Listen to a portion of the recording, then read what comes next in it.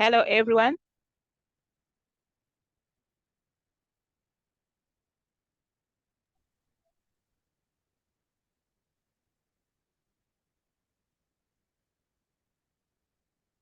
Hello, good morning. Yeah, good morning. You're welcome, everyone. Yes.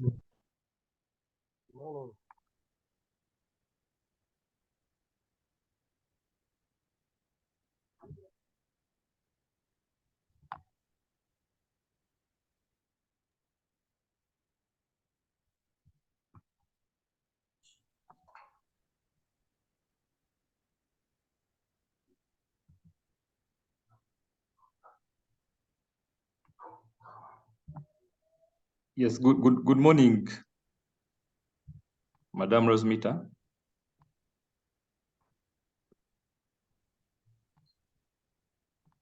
Yeah, Francis, thank you for organizing this webinar. Colleagues online, you're most welcome to this webinar. And this is a special webinar for the Water Resources Institute. Last time we had a webinar on WASH, that is water sanitation and health facilities, looking at the framework. But this time round, we are having a different dimension, and we are going to look at governance issues and the case study of governance in integrated water resources management using the catchment approach. So without wasting much time, I would like to welcome our presenter for the day, Engineer Nantongo. Yeah, so Engineer Nantongo is a well-known facilitator, expert, or subject matter specialist in issues of water engineering. And we shall be picking from her experience of running the EURECCCA project, which has now become a flagship project within the water sector. And so we'd like to see what we learn from there, what we pick from there by sharing her experience. Without wasting time, you're most welcome, our presenter, Engineer Nantongo. A few house rules have been shared. You can all read on the screen. So we shall have those observed. But the flow of the presentation is that we have our presentation, we shall have Q&A, shall have a short video, and then we shall have discussion and feedback, and then we close roughly towards 1. Over to you, Engineer Nantongo, straight away.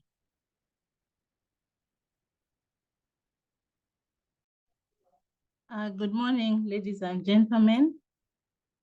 My name is Engineer Annette Nantongo, like I've been introduced, and I am a civil engineer working with the Ministry of Water and Environment as a senior water officer. And today I'll be telling you about a project that we have been implementing. This project is called Enhancing the Resilience of Communities to Climate Change through Catchment-Based Integrated Management of Water and Related Resources. And I'll particularly be talking about water and environment cooperative societies, which we have used as a vehicle for sustainable conservation of ecosystems. And this has supported in enhancing the resilience of communities to the effects of climate change. So I don't know if, Rosmita, you want me to go straight ahead with starting the presentation? Yes, you go straight ahead to start with the presentation. Okay. Thank you.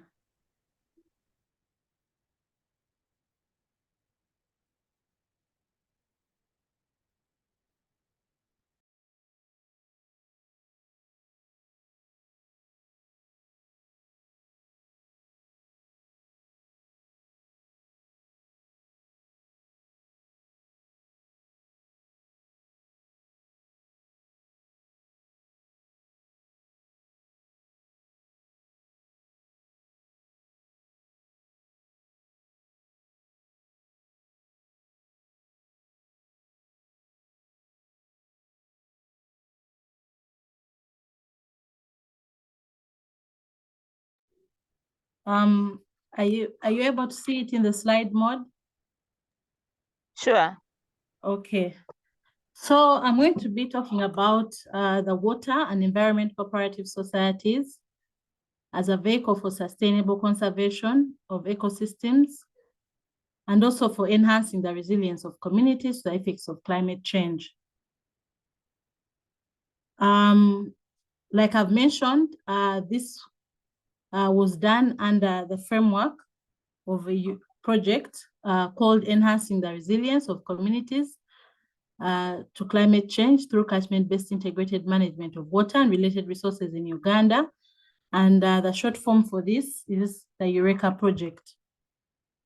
This project was funded by the Adaptation Fund to a tune of $7.7 million. And the implementing entity that was supervising or overseeing this work on behalf of the Adaptation Fund was the Sahara and Sahel Observatory, while the executing entity was the Ministry of Water and Environment. And this project was implemented in 3 catchments of Awoja, Maziba, and Aswa. The overall goal of the project was to increase the resilience of communities to the risks of floods and landslides in the 3 catchments where we're working. And we're doing this through promoting catchment-based integrated, equitable, and sustainable management of water and related resources. And the specific objectives were to increase the resilience of the ecosystems. And by ecosystems, we're talking about forests, wetlands, and riverbanks by their sustainable management. The second was to increase the resilience of agricultural landscapes. And this we did by supporting communities to construct water harvesting and flood control structures. And then the third was to increase the resilience of community livelihood systems by supporting income generating activities with credit and market access. And then the fourth was to build the capacity of extension services and institutions at all levels, right from local level up to the national level. So today I'll be mainly focusing on 2 of the specific objectives, that is specific objective 1, which looks at enhancing the resilience of ecosystems, that is wetlands and riverbanks. And I'll also be talking about increasing the resilience of community livelihoods by supporting income generating activities with credit and market access. Like I've mentioned, we worked in 3 catchments. This is a map of Uganda, and where you see the blue dots is where the catchments are, where we're working. So when you look at the purple area, that is the Upper Nile Water Management Zone, and the blue dot is showing the location of the Aswa catchment where we were working. Then the green area is Choga Water Management Zone, and the blue dot shows the Awoja catchment where we're working. And then the orange or mustard yellow part shows the Victoria Water Management Zone, and the blue dot shows Maziba catchment where we're working.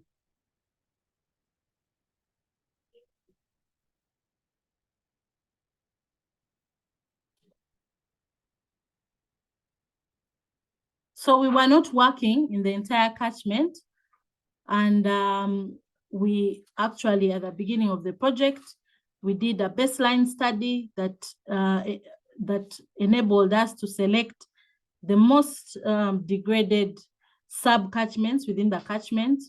And so for Aswa catchment, we're working in 3 sub-catchments of Pager, Matidi, Agago, and Aswa.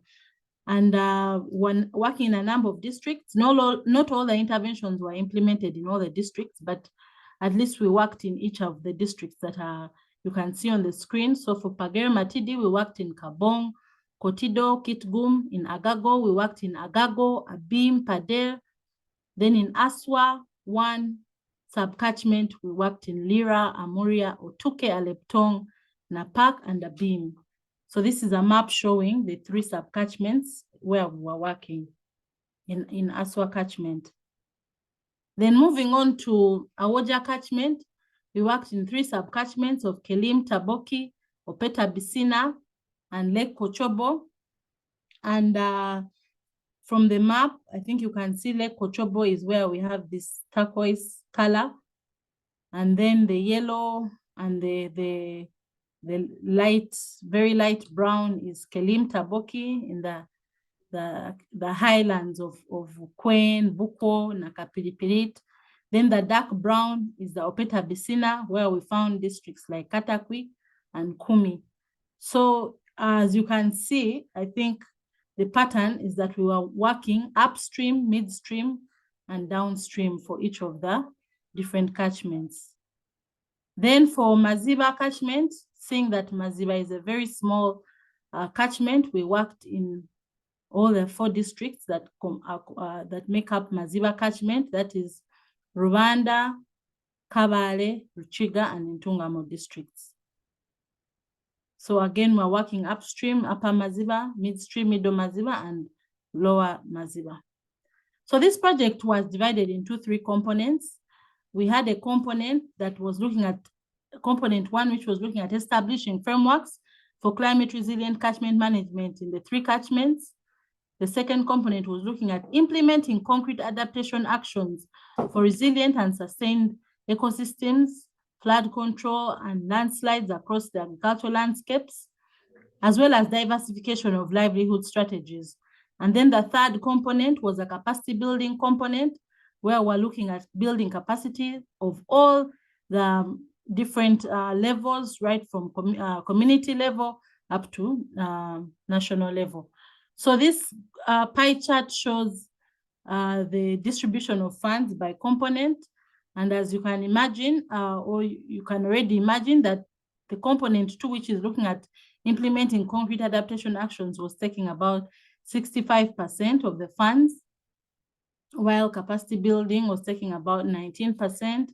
Then the 9% was component 1. And the last component, component 4 that I hadn't mentioned, was a project coordination and management component, which was taking about 7% of the project funds. So I'm going to focus on component 2, which was looking at implementation of concrete adaptation actions for resilient and sustained ecosystems. And under this component, we had a number of activities. We restored degraded land through afforestation. We promoted energy saving stoves to reduce on the levels of degradation. We rehabilitated degraded wetlands. We rehabilitated degraded riverbanks. We supported construction of water harvesting and flood control structures. And then we introduced a revolving fund scheme through water and environment cooperative societies. So today we are only going to talk about these 3, the ones that have highlighted yellow: the restoration of degraded wetlands, the rehabilitation of degraded riverbanks, and introduction of the revolving fund scheme through the Uganda Water and Environment Cooperative Societies. So starting on with the restoration of degraded wetlands. During the baseline study, we confirmed the 12 the most highly degraded wetlands within the 3 catchments where we're working. And we selected 4 degraded wetlands from each of the catchments. And we then started engaging the communities. We sensitized them, and we sensitized them about the dangers of degradation, what can be used to restore these ecosystems. And then we supported them after this massive sensitization and engagement and training. We supported them to prepare 12 costed wetland restoration management and action plans. So these plans were prepared by the stakeholders themselves, and we engaged about 7,000 community members who did this. After they prepared the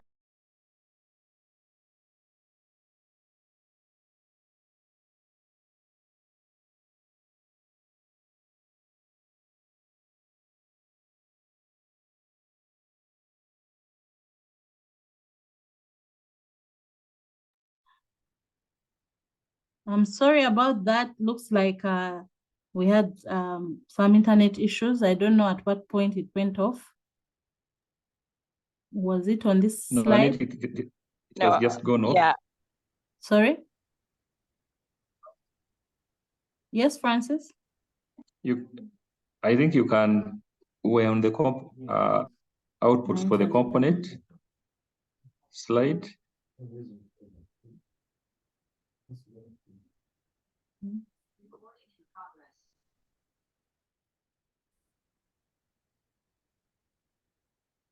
Okay, sorry about that. I've changed the internet source. I hope it will be better now.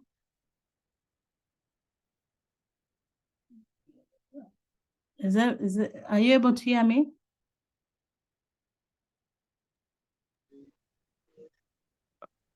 Not yet. You can't hear me now?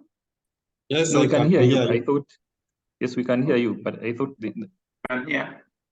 Okay, thank you. I've changed the slide. internet. Oh, you can't see the slides anymore. Okay. Yes.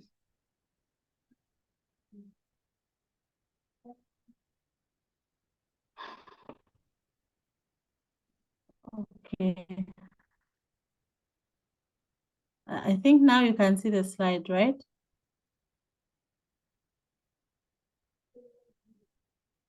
Are you able to see the slide? The slide is loading. Okay.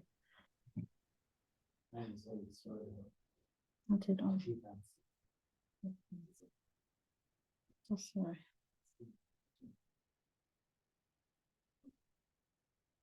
Francis, are you able to see the slide now?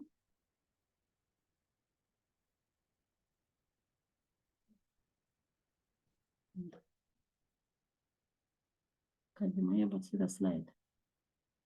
Yeah, I can see community. Okay.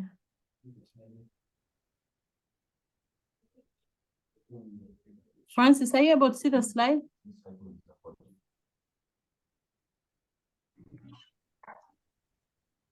Annette, I see the slides. Yes, we are seeing the slide, madam. Okay, okay, thank you. So I'm sorry about that. Let's continue.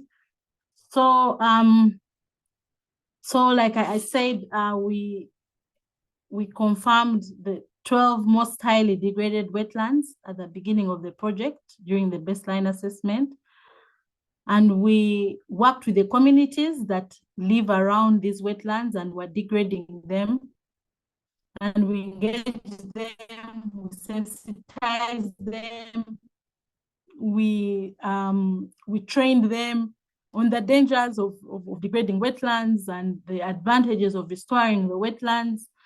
And as a result of this engagement, we supported them to prepare 12 costed wetland restoration management and action, a costed wetland restoration plan.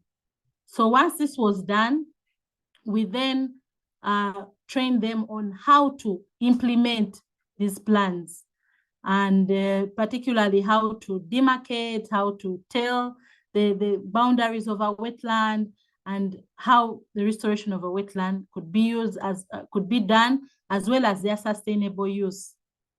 So once we did this training on the restoration, we supported the communities with tools, inputs, and equipment that they needed to demarcate and restore these wetland boundaries.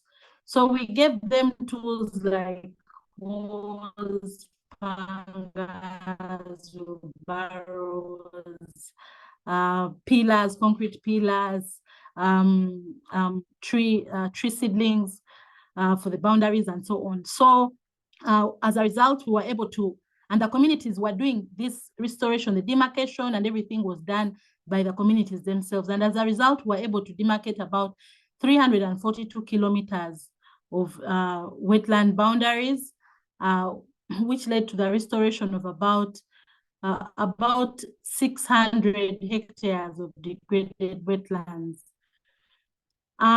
This meant that the communities had to stop the activities they were doing in the wetlands and actually vacate the wetlands because they had now been demarcated and restoration was ongoing. So this picture at the bottom left shows the engagement of the communities, preparation of the restoration plans, and then on the right shows some of the tools and inputs that were giving out during the launch of the wetland restoration activities. Then the picture on the top left shows the pillar, one of the concrete pillars. We planted a number of pillars to show the extent of the wetland. And the two top photos, the one in the middle and the one on the right-hand side, show the same wetland system. The first picture on the left shows at the start, that was around, I think, 2019. We had rice growing in this area, and this was now after the wetland had been restored. Then the bottom two photos also show the same wetland system, Ikona wetland, where we have gardens at the beginning of the project. We have, it was totally degraded. You can see that gardens, while the picture on the right shows after restoration. And this space here, after the restoration has happened, and they're even harvesting grass for their farmland. Then the next activity, again, we supported the communities to restore 9 highly degraded river banks. At the beginning of the project, we identified 9 highly degraded river systems per catchment. And we supported the communities, again, using the same method. We engaged them, we sensitized them, we trained them, and we supported them to prepare 9 costed riverbank restoration management and action plan.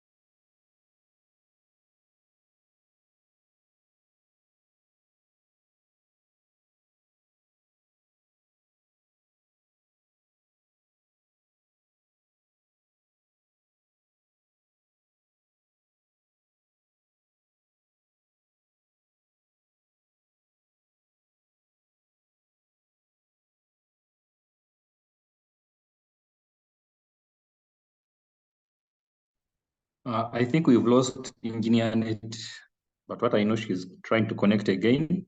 It's an internet problem. We will be having her short.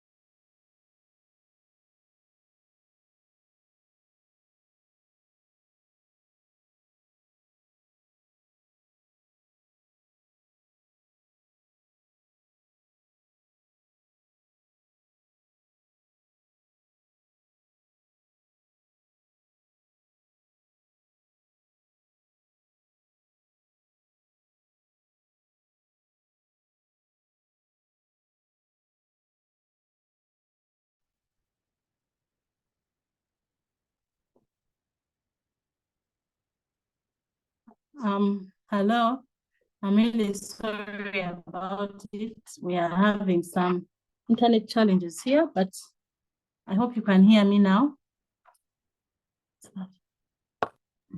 Yes, we do. Yes, I do. Okay, sorry, I'll continue from, okay, thank you. So I'll continue from where I stopped. So this picture at the bottom shows the Yes, we can engagement of hear the you. communities. Okay, thank you. This picture at the bottom shows the engagement of the communities during the sensitization activities. One of the pillars that was showing the extent of the riverbank. And then we also have pictures of the assessments that were done to show the extent by different consultants that we engaged who are supporting the communities. And then some of the bamboo that was supplied to be planted along the riverbanks. And then the bottom three pictures show the same river system. The first picture shows the diversion that had been made of this river, including growing maize within the banks. But the next two photos show what the riverbanks now look like after the demarcation was done and the restoration has happened. So based on the activities that I've talked about of the restoration of the riverbanks and wetlands, during the engagements, it was established that communities were actually degrading these riverbanks and wetlands out of ignorance because they are looking for survival. They were looking for money. They needed money to be able, and they also needed food. So as a sustainability measure, we introduced alternative income generating activities to these communities, to affected communities who had to leave these ecosystems. And we did this through sensitization, again, training, and we actually introduced a number of income generating activities like apiary, aquaculture, sunflower growing, depending on the catchment, different catchments. We introduced different activities to different catchment, depending on the kind of income generating activities that are already being done within that catchment or that can thrive within the catchment. So we have activities like beekeeping, aquaculture, sunflower growing, which is very common in Aswa, shea nut butter value addition. There's a lot of shea nut butter grown there, but the value addition. Then cattle rearing, which is, as you can imagine, is very common in Maziba, poultry rearing, goat rearing, mushroom growing, banana growing, horticulture, especially onions, especially in the areas of Ntungamo, piggery, Irish potato growing, sheep rearing, animal trade in the areas of Kwen, Simsim growing, and so on. So we sensitize and train these communities on not just doing these activities, but how do you actually make money out of these activities? Because you find some of them were already doing some of these activities, but they were not actually earning. So we went down to show them the business side of some of these activities and how best they can grow or best they can implement them. So that picture, the picture on the left shows one of the trainings where they actually broke it down on what do you need if you have to do beekeeping? What are the different things you need and how much would they cost and how much will you be able to make out of this and after how long? So we took the communities through all that, and these other pictures show the different training sessions, the different engagement sessions, depending on the enterprises that the communities were interested in. So once we trained them on these enterprises, we then formed them into groups, depending on the enterprises that they were interested in. After they've got the general view or overview of the different income generating activities, then they would be able to select which enterprise they're interested in and then would go deeper into the trainings of each of the different enterprises. So once we had done this and the communities were now aware of what enterprise they wanted to do, the communities were so excited about, the business side, especially of these IGAs, and some of them even had already started, implementing some of the what they had learned from the trainings.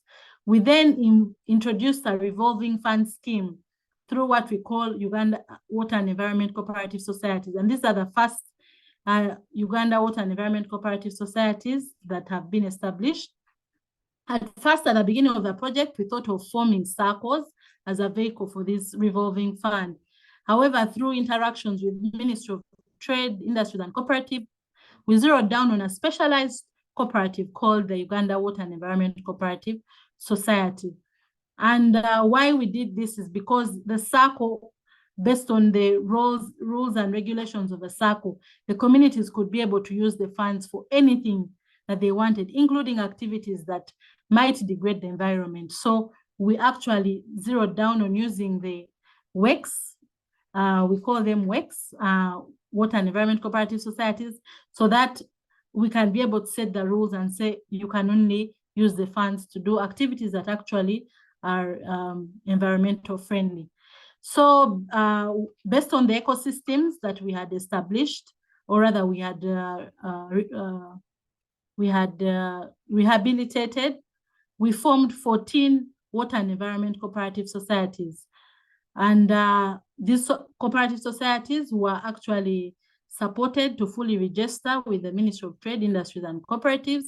And these pictures show some of the engagements, the trainings, pictures of the cooperative societies that were formed, picture of one of the cooperative society within their office space and so on. So what is the progress that we have made so far? The process that we followed is that first we trained the project affected persons on the different IGAs and grouped them into enterprises like I've mentioned. We then sensitized them with the support from Ministry of Trade, Industries and Cooperatives, as well as Uganda Cooperative Alliance on what a cooperative is, because we now are trying to bring them together to form the 14 cooperative societies. So we sensitize them with support from the UCA and Ministry of Trade on what a cooperative is, how does it run, how does it operate, what's the advantage of having a cooperative, how can we benefit from a cooperative. So we did all that sensitization for all the community members, and as a result of this, we've now formed them into the 14 cooperative societies based on the ecosystems, based on the riverbanks and the wetlands. We then supported the groups to establish all the legal documents, the bylaws, and all the requirements from Ministry of Trade. We then supported them to have some organized elections of the interim committees, and then to fully register with Ministry of Trade, Industries and Cooperatives. And we also supported them to have their first AGMs, during which the committees were approved, the commercial banks where the accounts were approved, the membership fees, the share capital, and so on. And then the community members then started paying up these monies, the membership fee, the share capital, to the cooperative societies and to the committees that had been formed. We then supported them to get some office space and equipment, but this was not provided for by the project, but actually the sub-counties where these cooperative societies are located offered office space. Most of them are being housed by sub-county headquarters, and they were given some desks, and they were able to be able to start up on their own. We then trained the cooperative society leaders on their roles and responsibilities. We prepared a memorandum of understanding between the cooperative societies and Ministry of Water and Environment, clearly stating the roles and responsibilities of both entities. The cooperative societies then conducted appraisals of the different income generating activities by the committees. They signed the financing agreements between the WECS and the IGA groups. So the cooperative society also has a financing agreement between itself and then the different IGA groups. So these enterprises are being done in groups. You will not find an individual doing an income generating activity. No, they are working as groups. So they also have that agreement between the cooperative society and the groups. We then disbursed the revolving fund to the WECS, the Ministry of Water and Environment, disburse the funds to each of the different cooperative societies who then procured inputs. Now, we did not encourage the cooperative societies to actually hand out cash to these communities.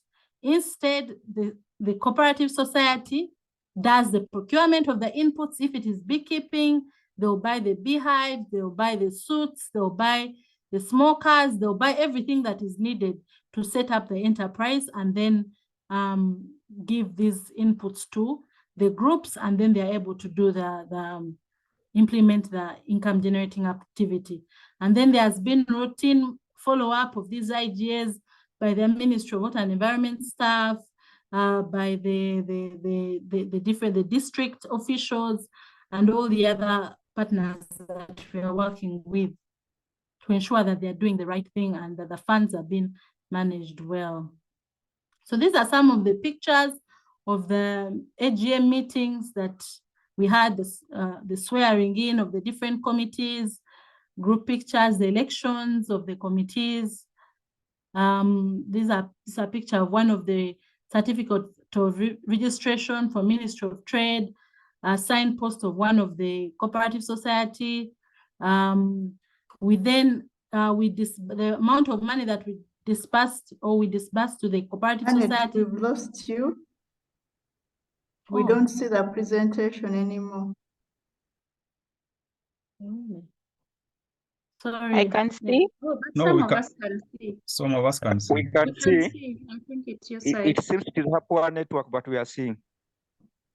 Okay. So Anne, I think you need to change your internet source.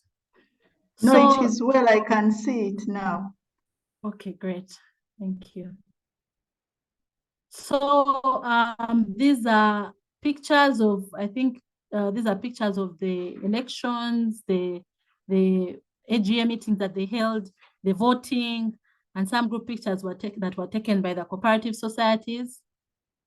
Then this is a picture of the certificate of registration. So we have 14 of them, one for each of the cooperative societies. These are signposts. They all have signposts that show their offices.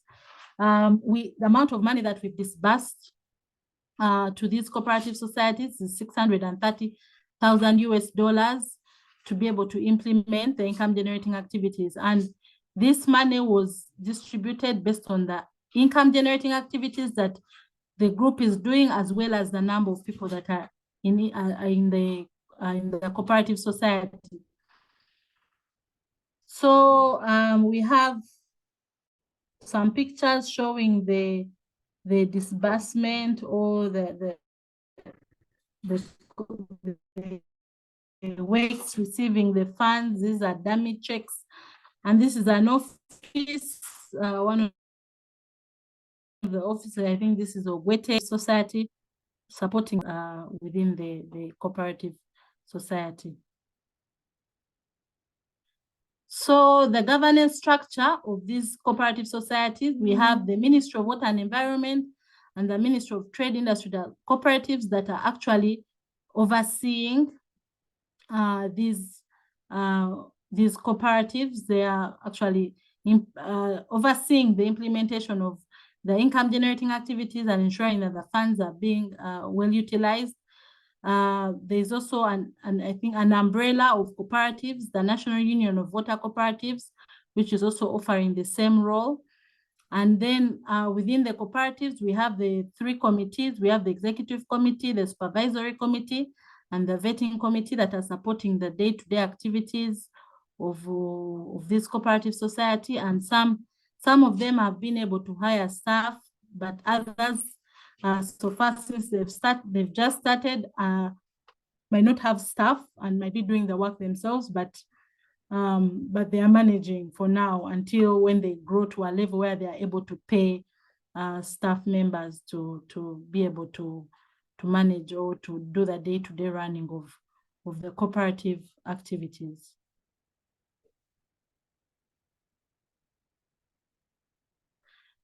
So the mechanism of flow of funds, the Ministry of Water and Environment has a designated account where these funds were put, and then these funds were transferred to the WECS account. Each cooperative society opened an account, and so these funds transferred from the ministry account to the WECS account. And then from the WECS account, these funds are transferred to the group beneficiaries, but not in form of cash, like I mentioned, but in form of inputs. There is minimal transfer of cash to individual groups. And then we have the funds revolving back. When these communities borrow the money at a very low interest rate of about 1%, I think the highest is about 1.5%. And then this money is returned back to the WECS account, and then it revolves. So if you find some community members have not been able to benefit in the first round, at least they'll be able to benefit on the next round. So that's the whole point of why we call it a revolving fund, because it revolves back.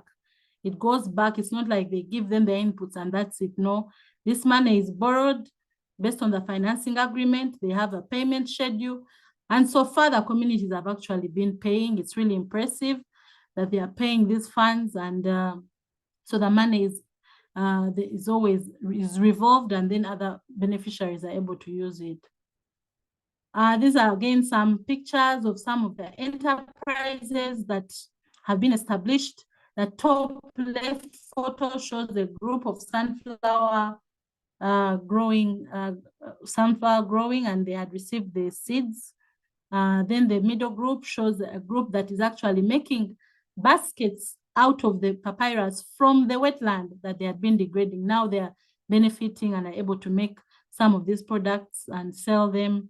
This is a farmer on the top right who has some cattle, and the enterprise is dairy keeping. So this is for a group. Then this is a apiary on the right-hand side, the middle right-hand side. The bottom right is fish farming.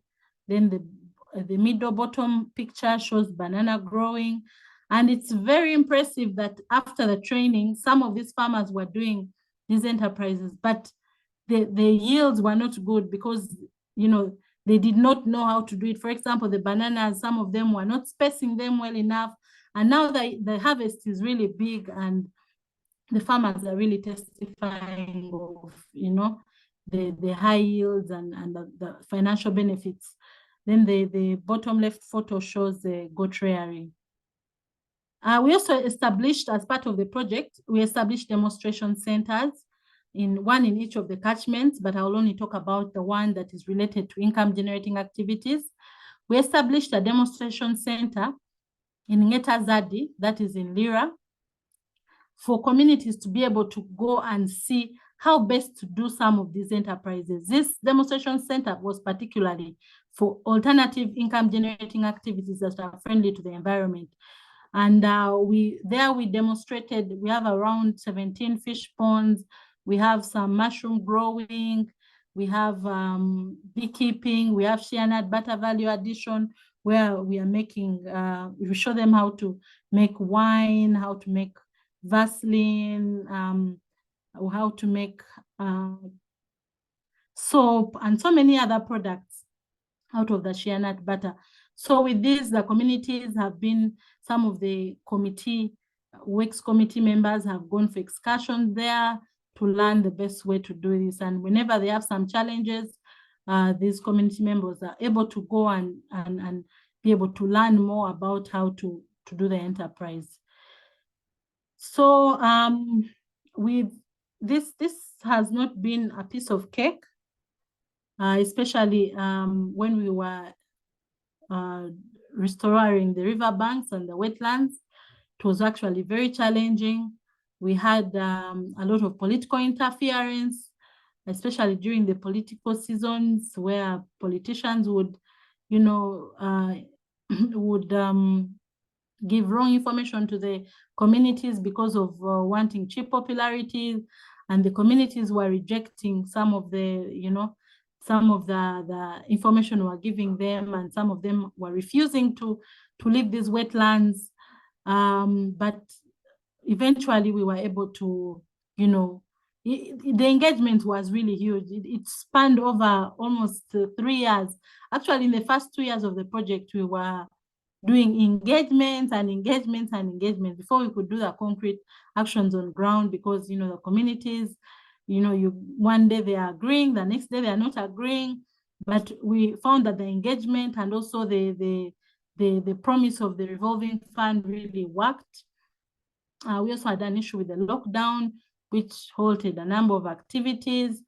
And we did a lot of stakeholder engagement, more than what we anticipated. Like I've said, the first 2 years were totally about stakeholder engagement and sensitization of these communities. But we're able to overcome all these challenges through engagement, through utilization of the catchment management committees, the sub-catchment management committees, the district staff, and some of the political leaders. So we had a whole village that was supporting us to be able to implement these activities. Then some of the key aspects that have actually led to the success of the WECS has been massive sensitization and training on the IGAs. Much as we had this revolving fund available, we first focused on actually selling the IGAs, or, you know, allowing these communities to be able to be interested and to take up these income generating activities before we would even talk about the revolving fund or the money.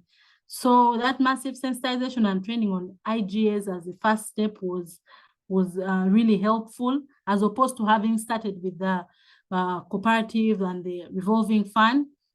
So once we knew that the people actually were really sold and they knew how to do these income generating activities, then that is when we introduced the revolving fund.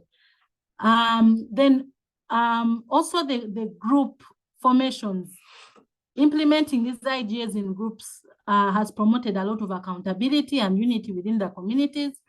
So you find that people are accountable to one another. When they borrow this money as a group, somehow they are motivated to pay it, as opposed to if it was just one person borrowing this money. And we feel that this has really supported or has led to the success of these cooperative societies, and that's why people are able to pay back. And even it has helped with the restoration of the wetlands. You find that people are not going back to the wetland because, you know, they are working together as a group, and they would be fearing to actually go against what was agreed as a group. The communities were also allowed to select their preferred IGAs. We did not force any IGA onto anybody. And even when they wanted certain IGAs that we felt maybe were not environmentally friendly, we did sensitize them, and then they were like, oh, okay, then maybe I'll select this. Then there was no cash given to the groups, but rather we procured inputs, like I mentioned. This has also helped to avoid any issues with money. I think we know that sometimes money can be the root of evil. So people have not been handling the actual cash, but rather the inputs. Sorry. Then the WECS do the procurements themselves. So it's not us as a ministry that does the procurement. So they agree, they source the different suppliers together within the community. And so we feel that this has given them some level of ownership, and you know, that this is their thing, and it is supporting them. Then the disbursement was not done at once. The 630,000 was disbursed in 3 stages, and this was based on the performance of the WECS. So we first gave them a third of the revolving fund, then we monitored to see how they're using it, and we found a lot of challenges with the different cooperative societies. So we tried now to work with them, correct some of them. How are they procuring? How are they putting the paperwork? What happens when someone comes to borrow? Where are the receipts? How do they return? Where do they bank? So all those things were actually ironed out. Now this was the practical of what they had studied. We found that some of them had not done it the right way, and so we now worked with them to correct it before the second disbursement was made, and then the subsequent one. Then also working with other institutions to support us, like Ministry of Trade, Industries and Cooperatives, Uganda Cooperative Alliance, as well as the commercial officers within the districts. I think that has helped a lot, because issues of cooperatives definitely is not our mandate as a ministry. And so working with the different institutions has led the success of the WECS. So in conclusion, we believe that this vehicle, the Water and Environment Cooperative Society, has been a good one for implementing the revolving fund. The communities have benefited from the alternative IGS, and also the degrading of these ecosystems has gone down. The wetlands and riverbanks have remained intact, and the resilience of the communities, as well as the ecosystems to effects of climate change, has been enhanced. There's a lot of demand of the same in other parts of the catchments where we are working, because the communities have been able to see the benefits of these cooperative societies, and we believe that this is the direction the ministry is now taking for sustainable restoration of these ecosystems. Thank you very much for listening.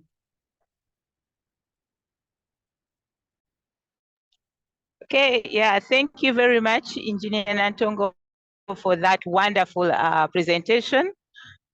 For me, whenever I listen to this presentation about the project, I get to learn very, very many new things. So water governance being in the hands of smallholder resource users is a very, very big lesson. Colleagues have been seeing comments coming in.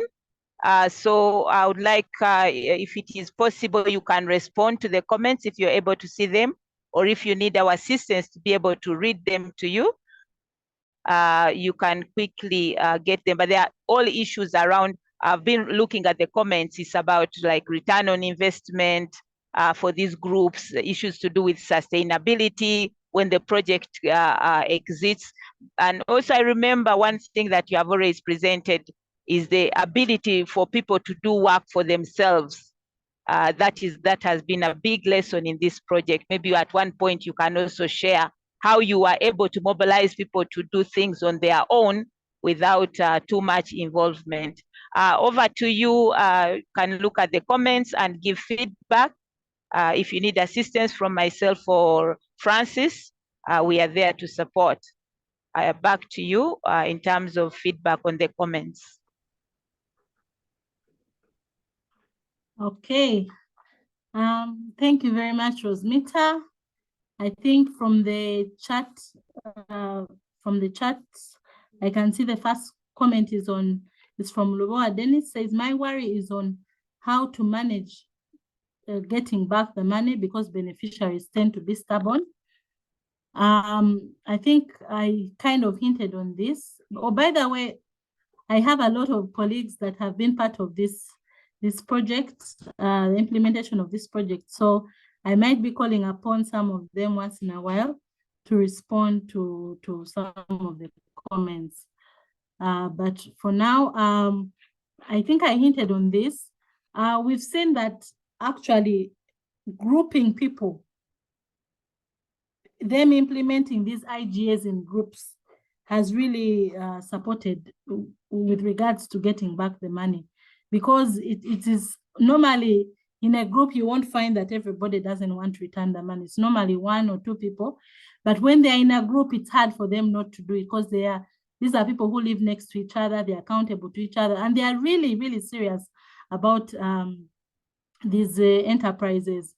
And the many that we have visited, they hold meetings every week. Some of them have even gone beyond the enterprise. They've now started saving money. They've started doing more than just, the enterprise they're doing. They're saving money. They meet on a weekly basis, and then they're able to return these funds. So for now, we have not faced the challenge where we are having the group not wanting to return the money. I think so far we've had a good experience with them. And that is why we didn't want to have individuals implement these activities on their own. I think what lessons learned do you drive for future projects? Actually, the lesson that I've learned that can be used for future projects is to ensure that this aspect of livelihood is always included in the implementation or in restoration activities. Because I can imagine if we did not have this aspect of restoration, or rather this aspect of livelihoods, or supporting these communities to actually have this alternative, I am almost certain that by now, as the project has closed, the people would be back to the wetlands and riverbanks. And this is what has been happening in the past. A lot of money is invested in restoring a wetland, and probably many times force is used. But this time we saw that engagement and getting people an alternative is actually something that should be looked into, because otherwise it's not sustainable. If they will live for a moment and then when they go back to their homes and they have no survival, they will be forced to go back and continue farming within these wetlands. So I think this aspect of livelihoods should always be included in these restoration projects. Can it be to existing cooperatives countrywide? This is not clear what this means, or what you meant by can it be, or can this be applied to existing cooperatives? Maybe you meant, can this be applied to existing cooperatives countrywide? Well, I believe that, like I told you at the beginning, cooperatives are normally formed for a certain specific purpose. At the beginning, like I mentioned, we wanted to form circles, but we were advised that circles are quite open. Circles are more about giving money and people return the money. What they use the money for is not important. But if you form a cooperative, for example, I know there used to be coffee cooperatives. I know Ministry of Energy also has specialized cooperatives, I think, for promoting energy saving stoves and so on. So this cooperative society was also formed specifically for restoration of riverbanks and wetlands. So yes, it can be upscaled countrywide. Yeah, I think so. What were the main forms of degradation? So the main forms and riverbanks, right up to river, all sorts of plants, maize, beans, rice, name it, and then the riverbanks. So people were growing. So as you can imagine, they were degraded. Were they quantifiable? We definitely had the area. We have the area that was degraded, and so yeah, we have the area that was degraded. We know, for example, for the riverbanks that we restored, or the wetlands that restored, that was degraded. Thank you, Bernadette, for the comment. Groups, and what are the levels of income generated at the group level? I think I don't want to take all the credit. I'd like some of my colleagues who are on. I don't know if do we have any? Do we have Richard online?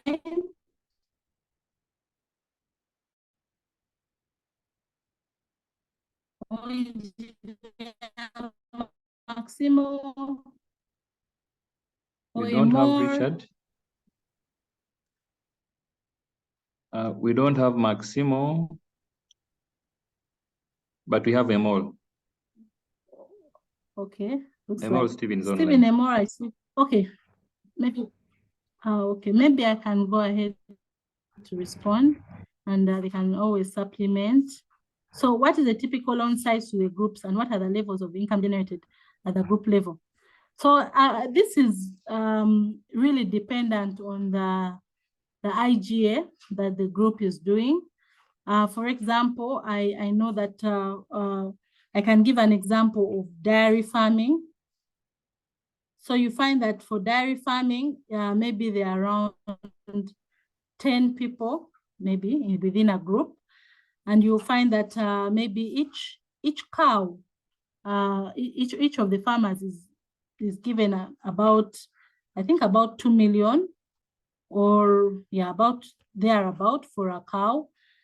And then I know from, one of the farmers who testified that from his cow, he sells milk on a daily basis and earns about 30,000 shillings per day. We were actually impressed by some of the amounts of money that these people are earning.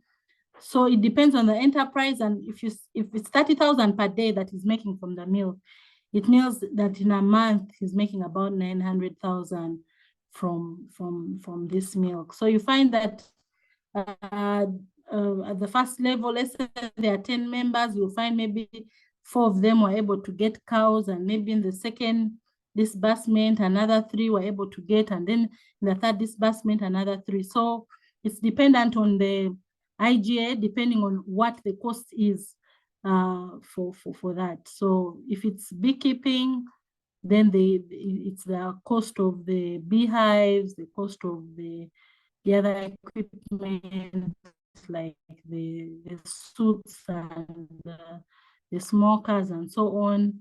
And then for that one in particular, you'll be able to start reaping from this, and so from the sale of the honey. So it depends on the enterprise, really. But I think there's quite some money made from there. Is there a possibility to demonstrate at local level other than regional level? Actually, the demonstrations within this project were at catchment level, the demonstration sites that were set up. However, for the subsequent follow-up project that we are preparing, we're now looking at taking the demonstrations even closer to the people. But for this project, we were able to demonstrate at catchment level.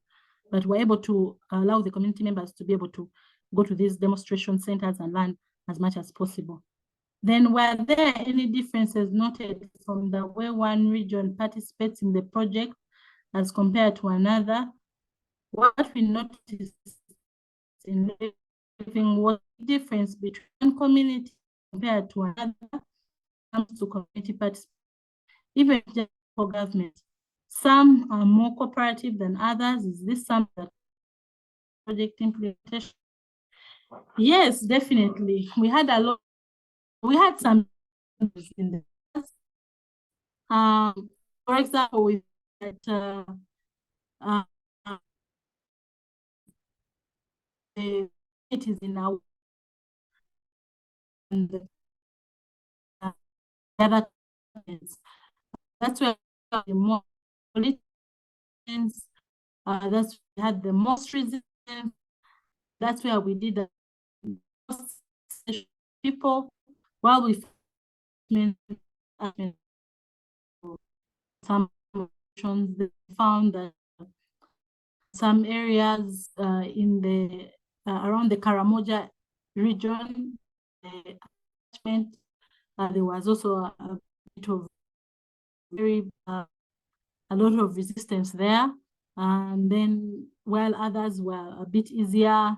So there are a lot of differences, definitely, on the region. Joyce, this is very insightful, given that. Thank you. Then Mohammed, government look at rain is moving into after 3 months of rainwater, they suffer water shortages, planning early preparedness for the government incorporate start from community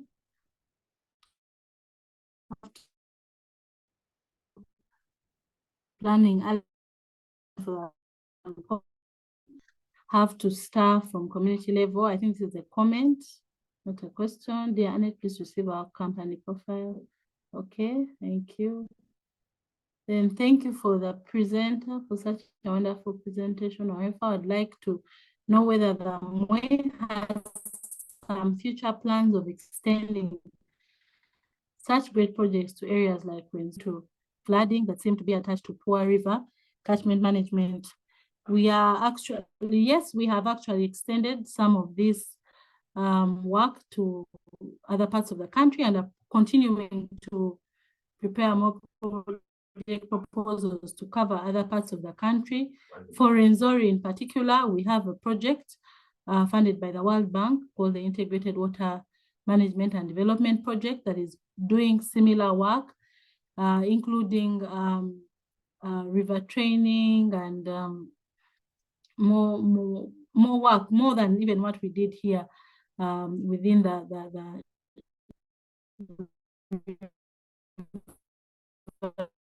Nyamwamba. So we have a lot, we also have a comments that this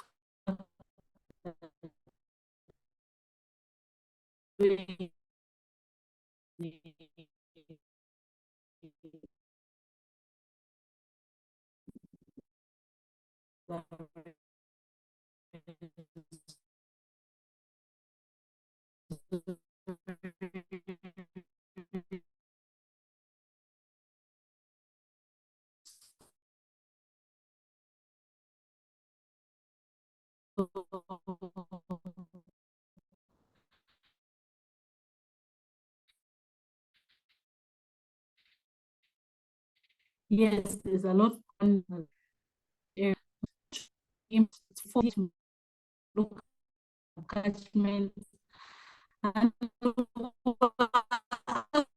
actually looking at the most vulnerable communities. So the project is just follow.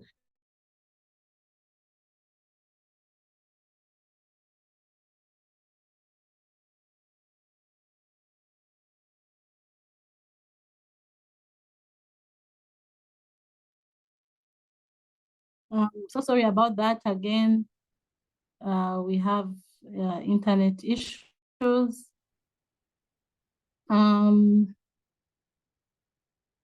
I think we'll go back to the questions. Oh. I'm sorry, Rose. Okay. Okay, yeah, I think I've seen them. I think also there is a question on equitable allocation of resources. Maybe if it is clear for you, but I think it's not clear. Is it at group level or at project level? Somebody's asking about equitable allocation of resources. I don't know if it's not clear. Maybe the person can unmute and explain. Are you interested at group level or because at group level, then we have gender issues now coming up. At project level, that could be okay.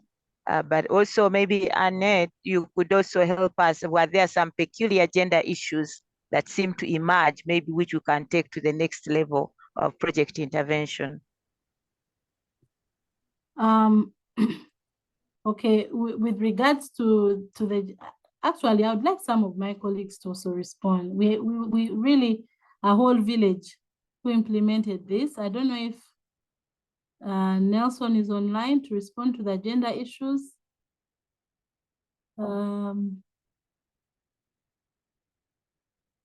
Do we have anybody from the catchments, from the zones who can respond to the gender issues? Okay, looks like people have left, but yes, we actually had some emerging gender issues. According to the project document, we're actually supposed to implement this project to 50% of the 50% of them had to be women, But it was very hard to actually raise this 50%. Why? Because when it comes to issues of land, most of it, you find that it is the men that own the land. And so sometimes we encourage the women to come on board and the youth, but at the end of the day, they couldn't make certain decisions without the men. And so, but we made a lot of effort to ensure that we encourage as many women as possible to be part of this. We actually, we made a deliberate effort to form some women groups that we supported with some special IGAs related to production of energy saving stoves, where we supported them with the knowledge, the skills, the tools and equipment that they need. And we started buying from them some energy saving stoves that we're distributing within the communities to be able to reduce on the degradation. So some deliberate effort was made to ensure that we have these women on board. But at the beginning of the project, it was really difficult because most of the ownership of land and land-related issues are mainly, those decisions are made by men.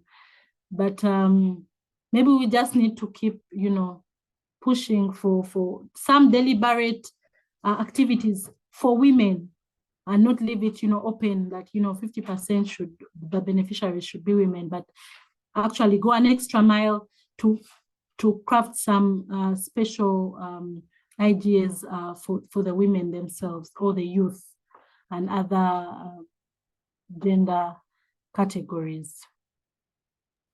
There are also some hands. Yes, I was waiting for Rosmita. She's the one who's moderating the session. Yeah, please go ahead and pick. Yeah, go ahead and pick the hands.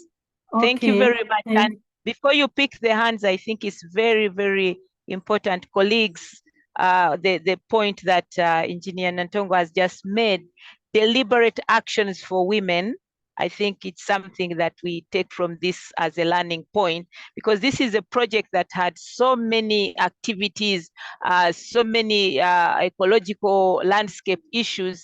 And so if the women don't have targeted interventions, they seem to be entangled into these complex interactions of ecological investment and restoration, some of these which are social activities. And we thank you very much for that observation, that we really need targeted interventions for women, especially where there is resource conflict, where there is the social issues, and also where there is income and money.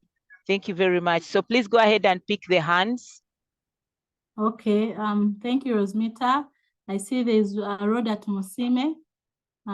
Could you kindly ask your question?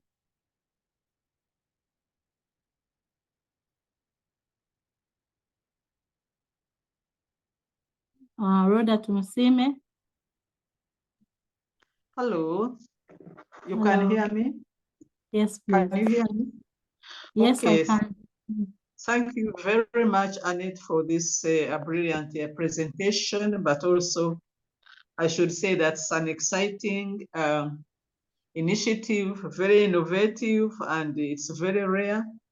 I'm really excited, and I thank you so much, you and your team. Now, to go to the point, I'd like to know if this kind of approach, expertise, or the ideas, you have spread them around especially your ministry alone, so that the ministry can be able to impart on this knowledge, because this is an important aspect of wetland restoration, environmental restoration. I happen to have at least gone to a department, and I had this similar idea, not a cooperative, but I wanted to restore my wetland between the valley. I have a valley on my farm. When I went there, I said, I need to have a wetland down here. What is it that they can do? For them, what they advised me was to dig more, that I dig a bigger well, so that I store more water. My aim was not to store more water. My aim was to have really a valley which can have a wetland restored so that water flows very, very easily and very well. Then another question is about scaling up. If you don't scale up, if it is the funds are not available and you are unable to scale up, how can you sustain these ideas, this knowledge, the brilliant knowledge? How can it be a gospel across the country? Because at the moment, water is one of the biggest challenge we have.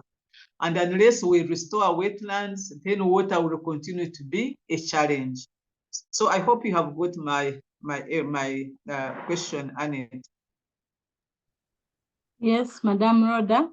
I've heard you loud and clear. Thank you for the questions. I don't know if we can have maybe a couple of questions before I respond. I think I saw Kalisa's hand up. I don't know if it's down now. Yes. Thanks very much, Annette. And like how Madame Rhoda said, for me, I enjoyed each and every part of the presentation because this was an interesting innovation. So my questions were 2 or 3. Maybe the first one is maybe what is the difference between the water user committees and then the water cooperatives? I think that one we may need to have a clarification. Then we may need to develop guidelines which guide the water and environment cooperatives so that these guidelines maybe are shared widely. Do we have them, or we may need to have them? We may also need to understand if we can integrate these cooperatives in the catchment management plans and maybe what is needed. Maybe also we may need to discuss issues of the standard operating procedures. Then also, Annette, the other question is about the documentation. For me, this is very good innovation, which we may need to benchmark. And because we know the Water Resource Institute is doing trainings, these are part of the activities which we may need to be doing as part of field work. So for us as IIRR, we always have what we call a right shop approach, where we document. We use the right shop approach in documentation. And I'm thinking that we strongly need, through our partnership with the ministry, to do a right shop, and we document all these lessons that we are learning on the water and environment cooperatives, so that we have a lot of materials being shared, benchmarks, even the issue of gender, which members have been asking. We need to have a very, very thorough documentation about that. So thanks very much. We look forward. Very interesting innovations, ideas. We need to benchmark, we need to document. Thanks very much. Okay, thank you very much, Kalisa. I don't see any other hand up, so I will respond to this before I go back to the chat box. I'll start with Madame Rhoda Musime's comments or questions. You asked about the scaling up. Well, if we don't scale up, then we lose the momentum. We're actually trying to scale this up, and for all the projects that we are doing now with regards to catchment restoration and catchment management, we're actually trying to include this aspect of restoration of these ecosystems, but also the livelihood component as a sustainability measure for these interventions.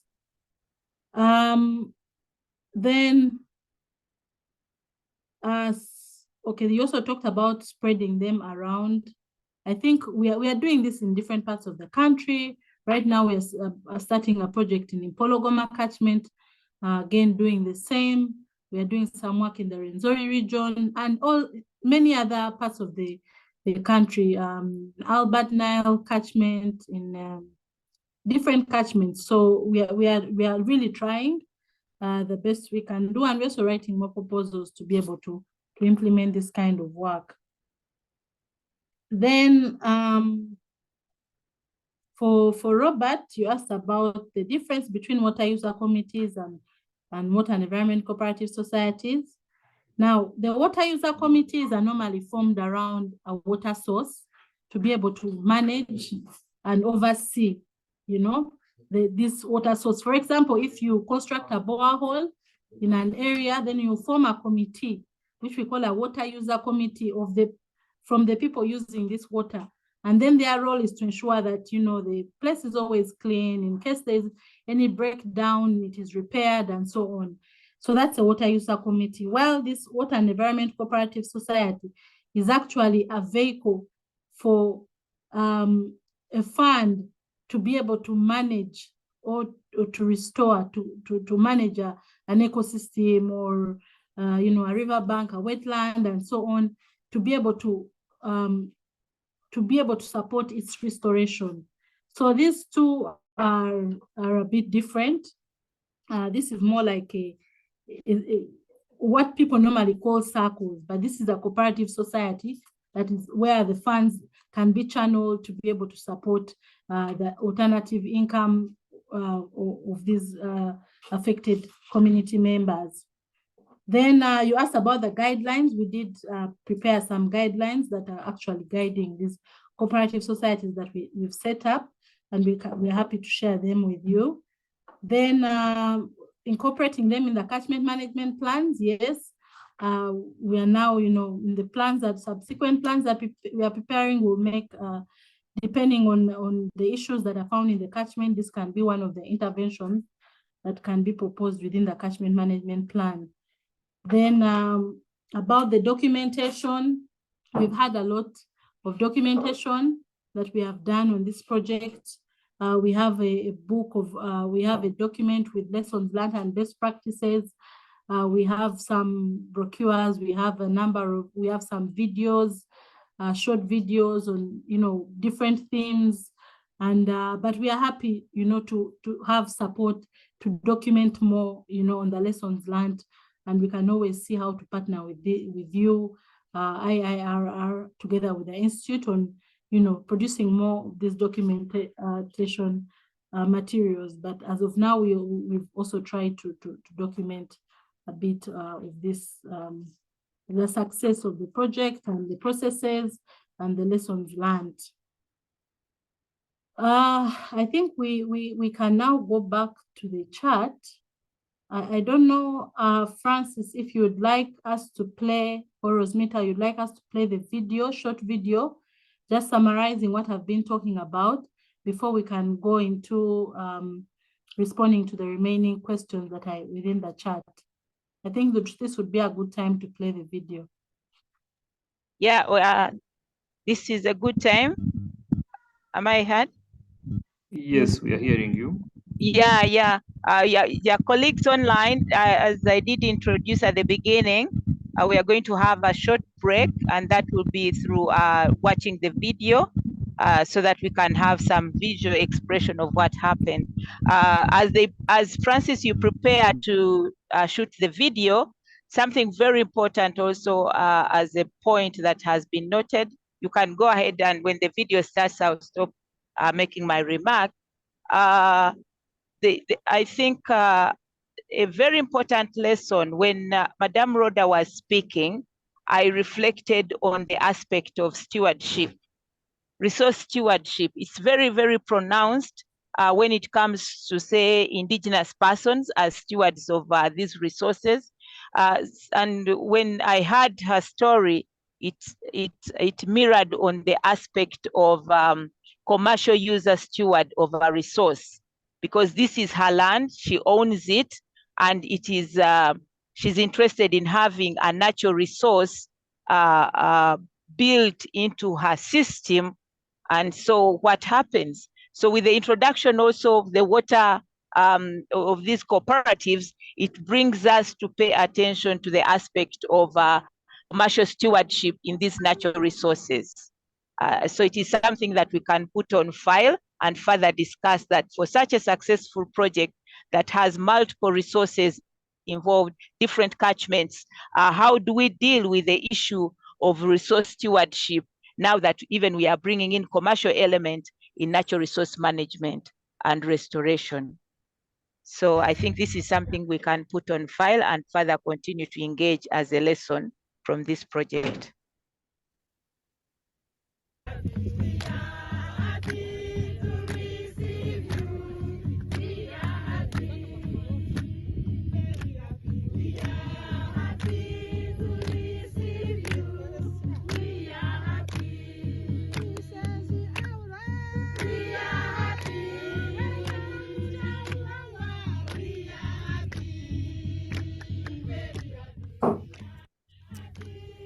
The Ministry of Water and Environment, through the EURECCCA project, demarcated and restored 12 highly degraded wetlands and 9 highly degraded riverbanks. This meant that the local people who had derived livelihoods from these wetlands and riverbanks had to vacate them. To ensure sustainability and to prevent local communities from going back to the restored systems, EURECCCA project introduced environment-friendly income-generating activities to the affected persons. These include beekeeping, shea nut butter value addition, horticulture, banana growing, fish farming, sunflower growing, dairy farming, poultry, piggery, goat rearing, mushroom growing, and trade. The communities were trained by consultants and district officials on how to implement and make money from the income-generating activities. After that, they formed groups according to their preferred activities. With the advice of the Ministry of Trade, Industries and Cooperatives, the EURECCCA project established water and environment cooperative societies as a vehicle for the funds to be accessed by the beneficiaries. These are the first ever water and environment cooperative societies to be established in Uganda. 14 water and environment cooperative societies were established and fully registered with the Ministry of Trade, Industries and Cooperatives. They also got training from Uganda Cooperative Alliance, which enabled them to establish leadership and governance structures and how to manage their cooperatives. Once the cooperatives were fully operational, a revolving fund amounting to $630,000 was disbursed to support the members to implement income-generating activities in their groups. The funds are returned with a small interest to allow it to revolve and be used by other members. The beneficiaries have since established successful businesses and have started returning the money as per the group rules. Now that the project-affected persons are economically empowered and aware of the dangers of destroying the ecosystems, the Ministry of Water and Environment remains committed to supporting them and ensuring that they do not return to their previous practices of environmental degradation.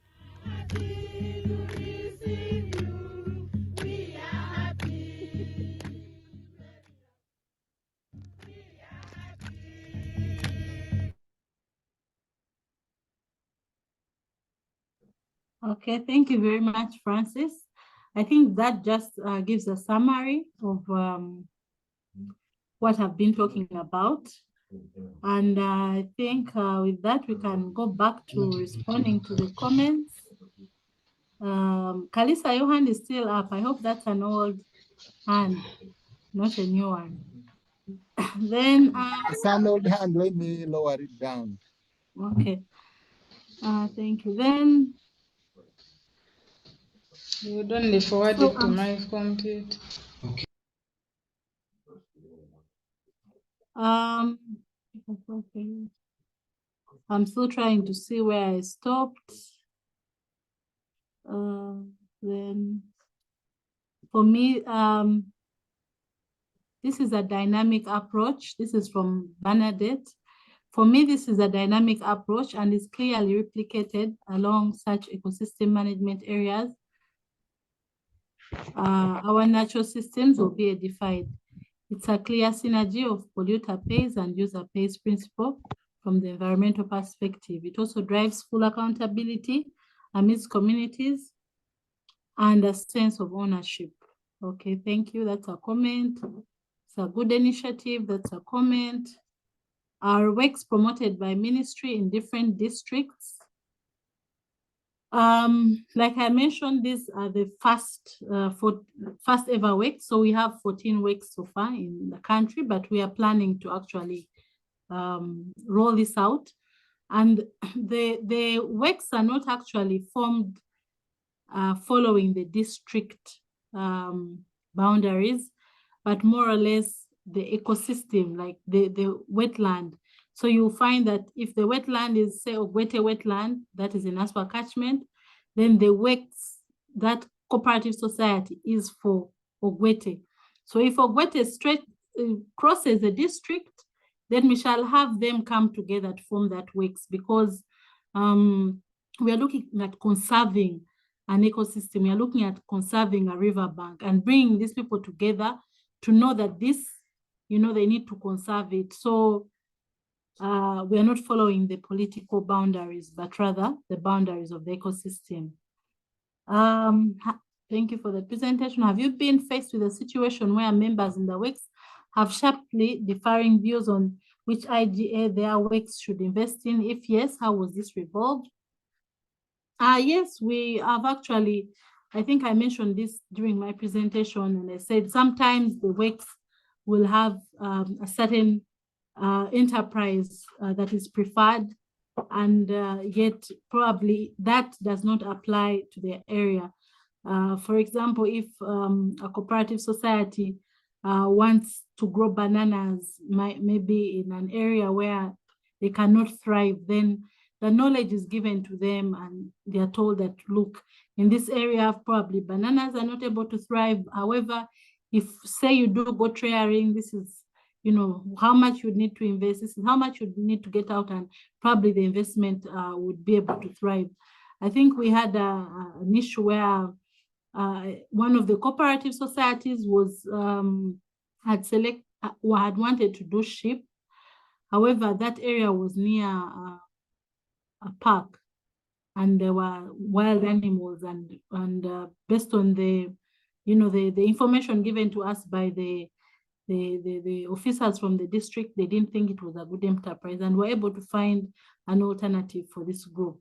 So we've had such engagements with the cooperative societies and the group members, and at the end of the day, really, they would have to agree to.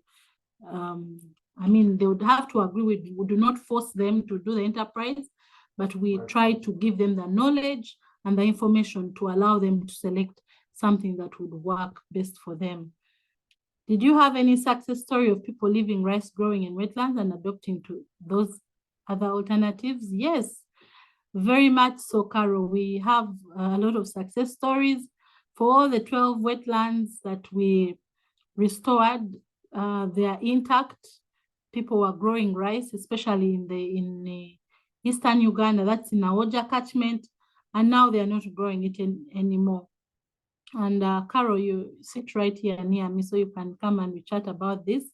But yes, we've had a lot of success, and so far the wetlands and the river banks that we have restored are intact, and the people are actually implementing the IGS. Then also, if the communities are supported to embrace the technology of irrigation farming, the environment would be conserved, farmers would not destroy the wetlands in search for wet areas of cropping. Yes, I think this is something that has been raised even by the community members. Unfortunately, we didn't have an aspect, a component, particularly on irrigation, but we have actually supported some of the groups with simple irrigation equipment, where they are actually getting water, say from the river bank, sorry, the river, and then they are growing the crops beyond the river banks, and they're able to irrigate. So we've supported some of the groups with the generators and some irrigation equipment that they are using for this. So then the approach of creating an alternative livelihood for the local communities in environment restoration and conservation is vital.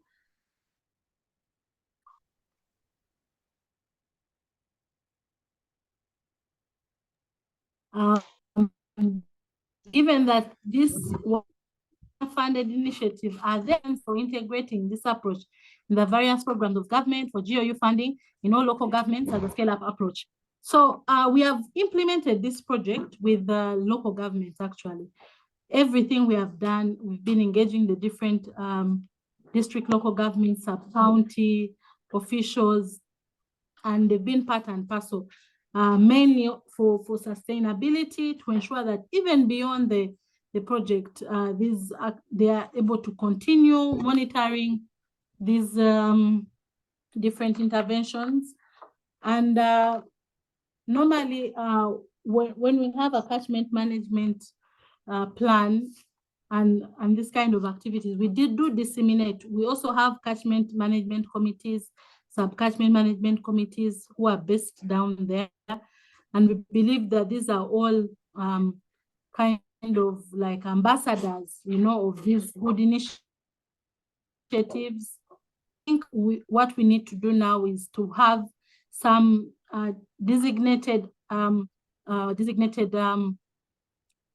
what do I call it? Like a deliberate action on including such aspects in the different programs that are being prepared, in that government programs, NDP 3, NDP 4, that is now being prepared to ensure that these aspects are put in. But with regards to the knowledge and the skills, I think the district local governments have this knowledge, the people here at the ministry have the knowledge, but now we just need deliberate effort to be able to include them in some of the work plans, the activity plans that they are preparing within their different offices. Okay, congratulations. Yes, thank you. I believe there will be useful in formulation of better follow-up projects. Yes, I believe so too. Thank you for that. Thank you for a good presentation. Hopeful to get copies. Share them with Francis. I think Francis will share them with you. Thanks, Annette, for the presentation. Thank you. How can the wetlands be used for irrigation by small-scale farmers? And how can the government help them out? We actually, we have a department here that looks at specifically water for production.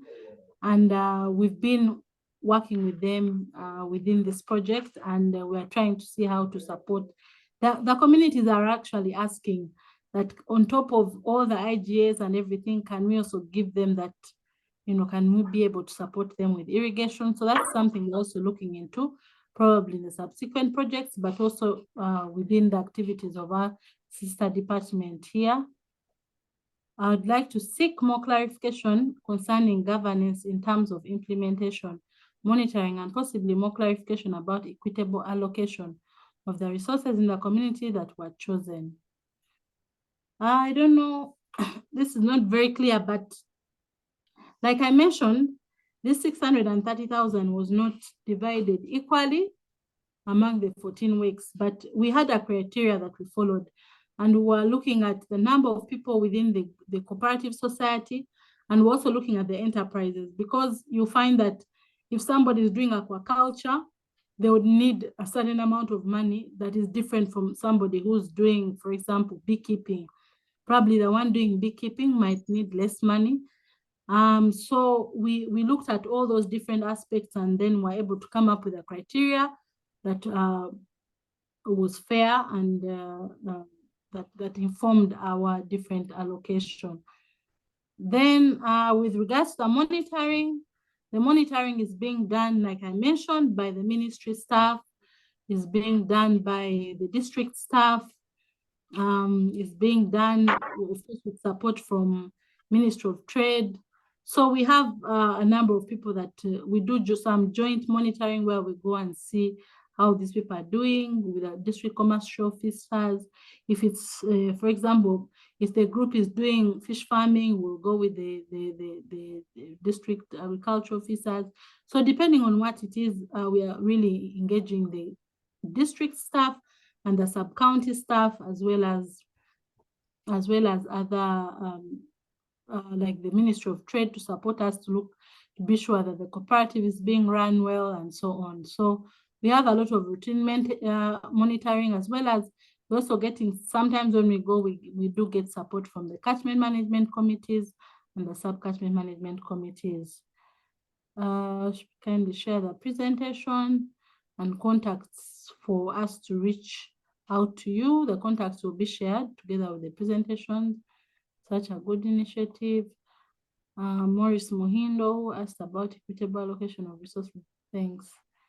Kindly, may I know if there's a program that covers the Elgon area affected with mudslides and floods? For example, flooding in River Namatala. I don't know if Engineer Maximo is online to respond to this question, but we do have a new project that is starting in Pologoma Catchment, which we believe will be able to cover some of these areas you're asking about, and we are going to be doing similar work. Thank you, Samuel, for that. Okay, I see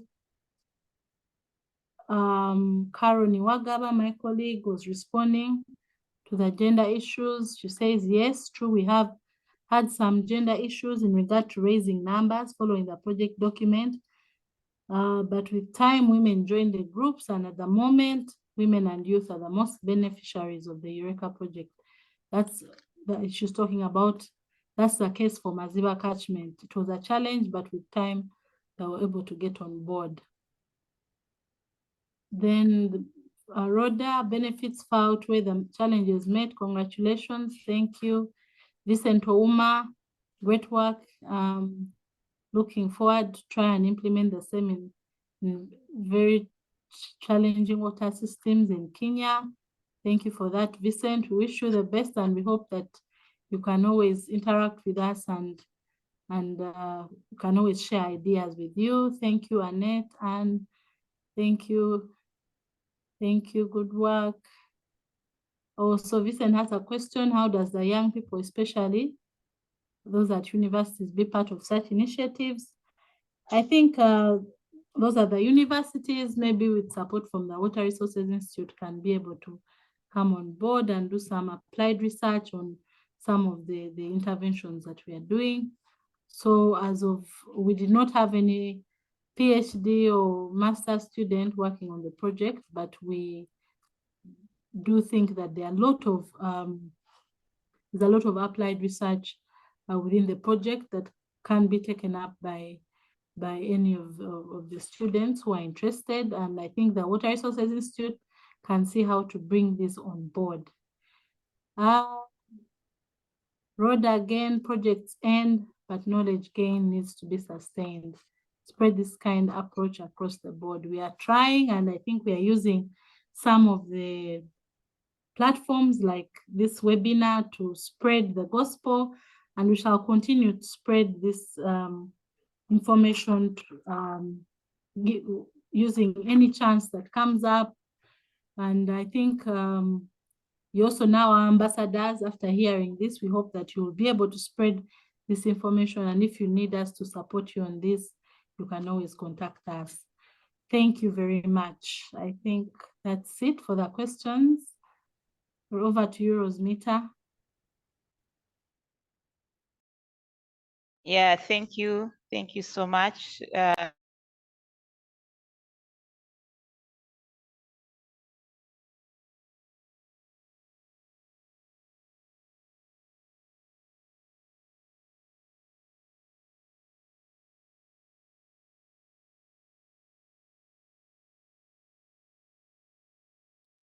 Hello?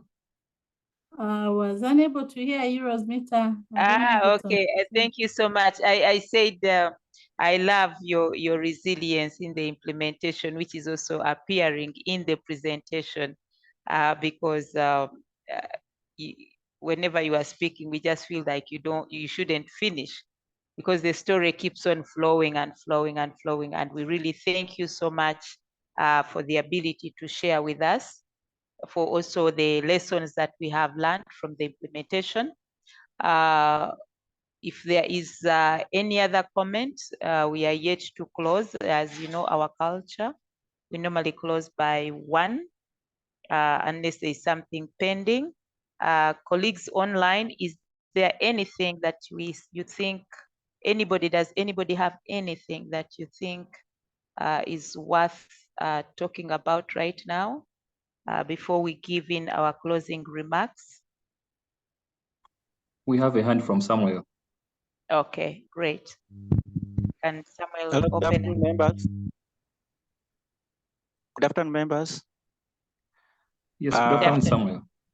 Yeah, first is to thank the presenters for the work, for the presentation well delivered. Secondly is to appreciate the institute and the government for the alternative living solution that government has come up with. It is one of the best practices done elsewhere in the developed countries like China, US, and other developed countries. I really thank the method, and that is the best way to go. I thank you so much. Thank you very much, Samuel. And thank you, Rosmita, for the kind words. Thank you. Yeah, any other before I give mine? Okay, as we solicit a final hand, thank you so much. For me, there's something that I think is important for you to share about project management and leadership. This is a huge project. Am I audible?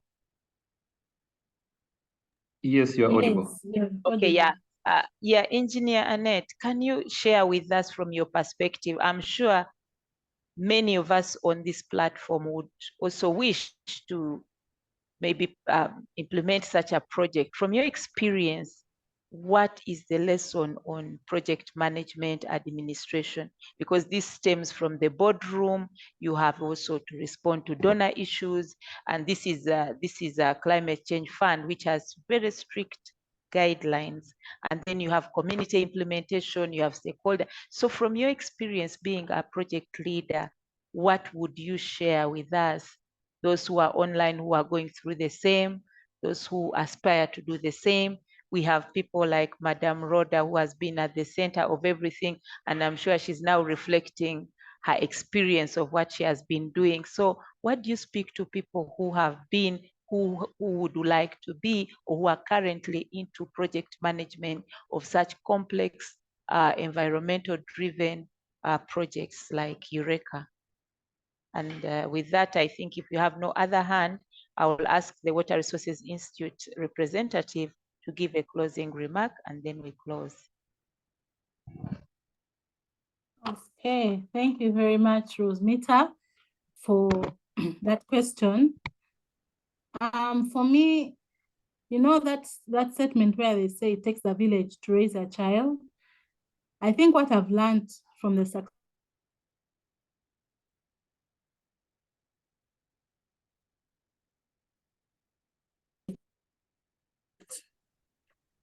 this project, like you said, was very complex.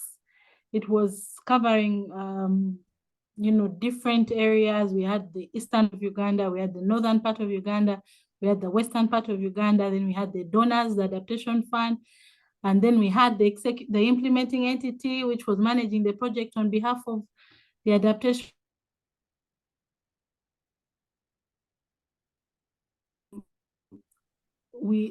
We can have a project where you find that the people who are executing a very huge project are maybe 10 in number, very few. But this project was executed by so many people. We had a project implementation unit at the center, which was based here in Kampala, that was basically doing the coordination between the funder and then the teams at the zone. So things like preparation of reports, ensure anything that was going to the funders was handled by the team that was here at the center.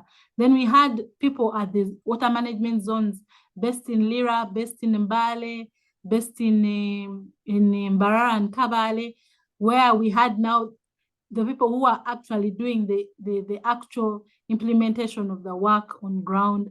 And so these basically, with of course with support from people from the center. So the center's role was to do the monitoring, to do the supervision, while these people were actually doing the day-to-day implementation of the project on ground.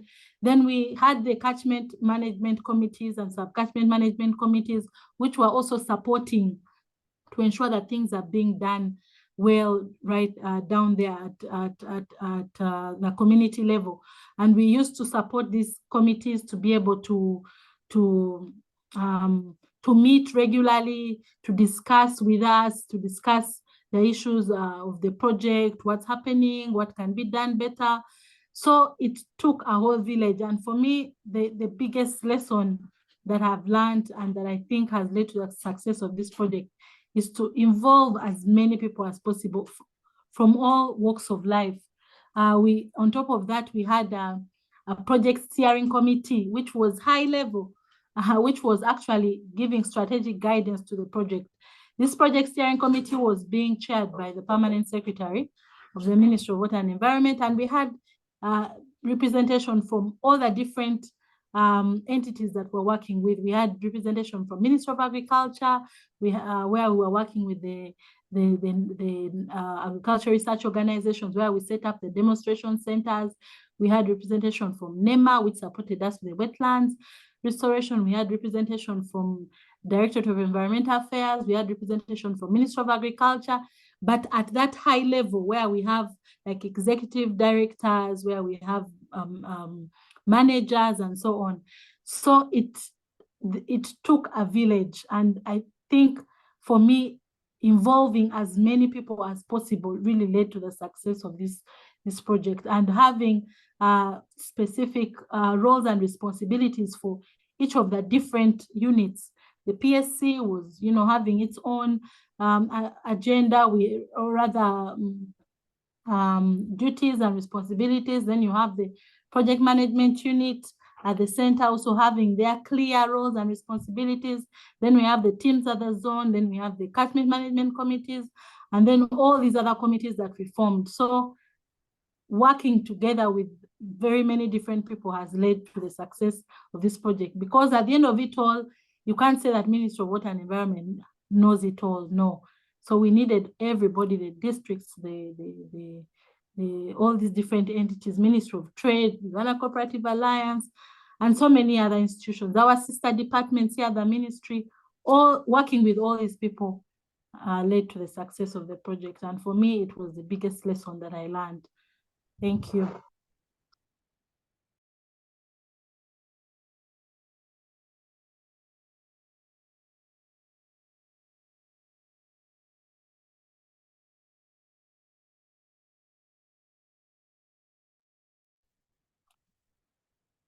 Hello, I don't know if Rosmita is still there.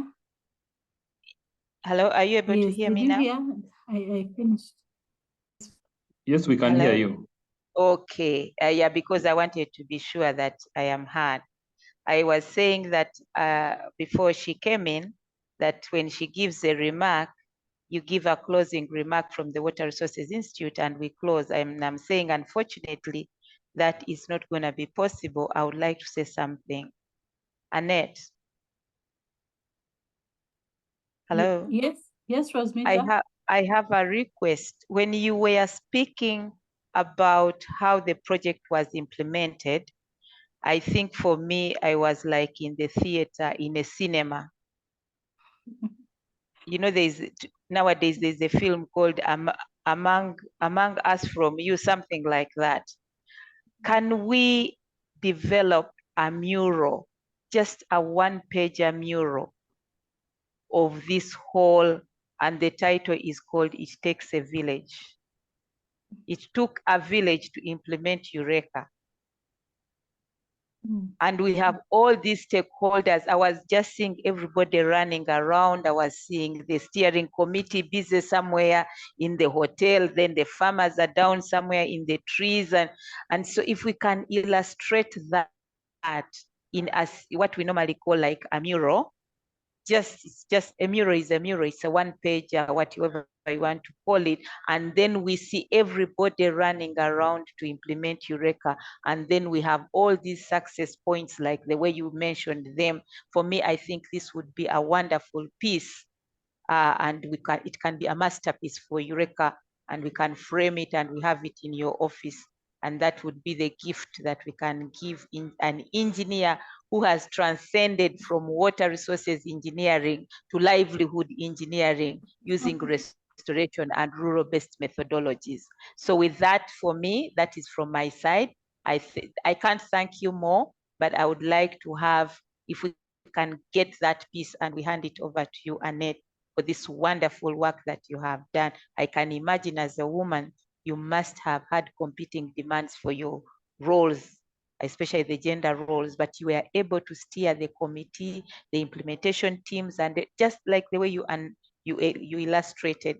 And for me, this is very passionate. And for me, it is something that can stay forever, even when you are now like Rhoda, who is just waiting and being as a senior professional. You would look at this and we say that Engineer Annette transcended her career and competing demands for her gender roles and implemented a very successful project called EURECCCA. With that, I submit to the Water Resources Institute for their closing remarks. And colleagues online, thank you for being a wonderful audience. And this is how we do it at the Water Resources Institute, to make sure that we give platform to learn, understand, share knowledge, and trigger further action that can go into applied research, can go into policy, and also can go into other areas of capacity building. Over to you, the Water Resources Institute, for your closing remarks. Thank you very much, Rosmita. I've seen my boss joining, Madam Gwendolyn.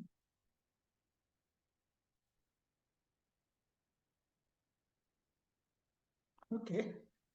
Thank you, Francis. I will start by apologizing. I was in another meeting. I hope you are hearing me.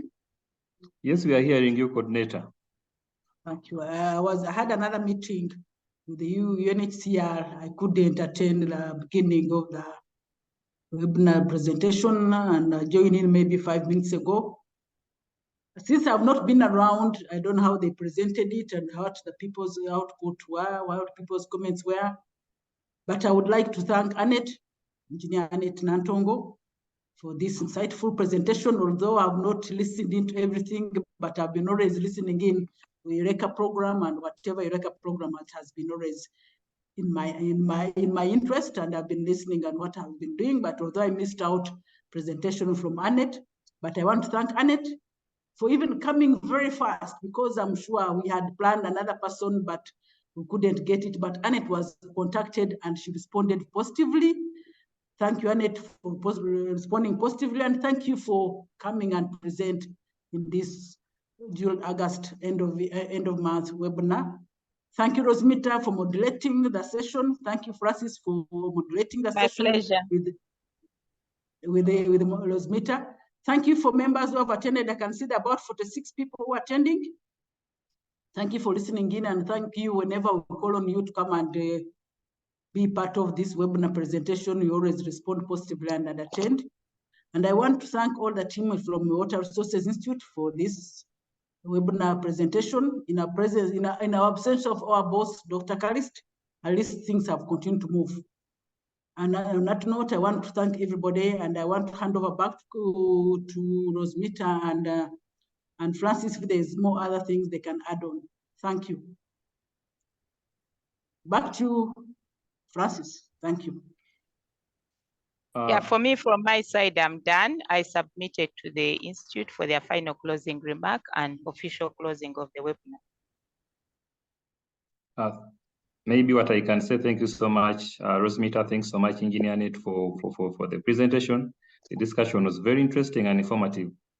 For those who have just joined today, this being their first webinar, what I can say is that every last Friday of the month, we hold such webinars, and we do call upon partners who would like to share the works they are doing with the rest of the world to reach out to us, and we can schedule them and have such a discussion. Thank you very much. I submit.